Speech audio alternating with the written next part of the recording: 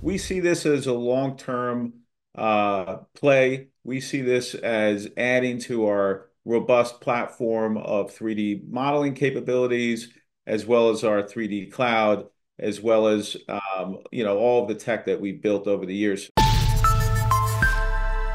Welcome back inside our proactive newsroom. Joining me now is Evan Gappelberg, the CEO of Nextech3D.ai. And Evan, it's good to see you again. How are you?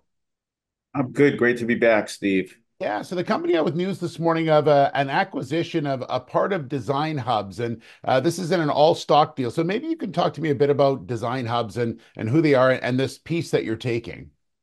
Yeah, so we've actually been in discussions with Design Hubs for quite some time. They're a venture capital backed Middle Eastern company. I think, headquarters is in Dubai, and they have operations in Saudi Arabia and across the Middle East. And they've essentially built a blue chip portfolio of Tryon technology for wearables, which really is an area that, we saw as blue sky opportunity, but it was a heavy lift for Nextech. So acquiring Design Hubs at this moment in time is quite strategic.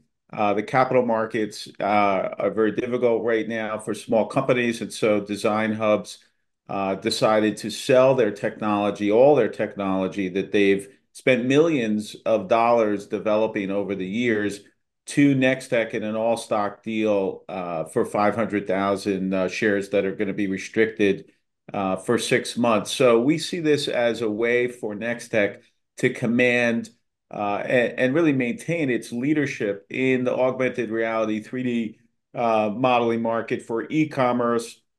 With this technology, you'll be able to try on glasses, but beyond glasses, which we dabbled in the past, some of our investors might remember, Hmm. there's also jewelry try on for earrings, for necklaces, for wristwatches. There's also that comes with this acquisition, shoes and sneaker try on, as well as makeup and things like that. So the holy grail ultimately, Steve, is actually to be able to try on clothing. Nobody's been able to crack that code, but this certainly gives us a leg into that direction. It is going to happen eventually in terms of clothing try on, Yeah. and we're very excited about adding this to our platform.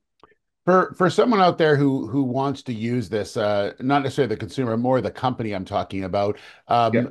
does this allow them to cut down on say returns? Because I know a lot of people will buy, you mentioned clothing for an example, buy four or five different things of something similar and then return the rest. So does a technology like this, jewelry, things like that, give them less opportunity to have people return if they get to see what it looks like on them? Yeah, absolutely, Steve. When people buy things that they've already tried on, there's about a 50% reduction in returns.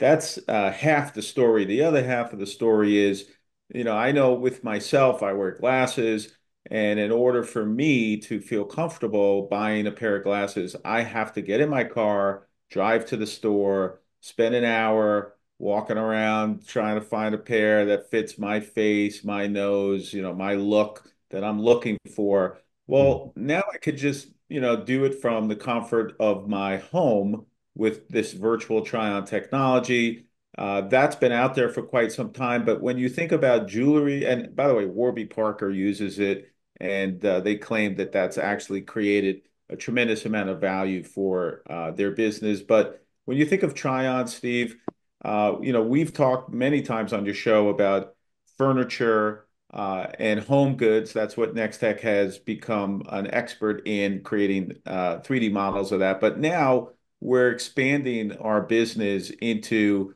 jewelry, and we're in discussions with some major jewelry companies that need, not want, but need the Tryon technology to bridge the gap for online shoppers to be able to buy online with confidence. And that's what this is really about, is that it's opening up a whole new market for e-commerce.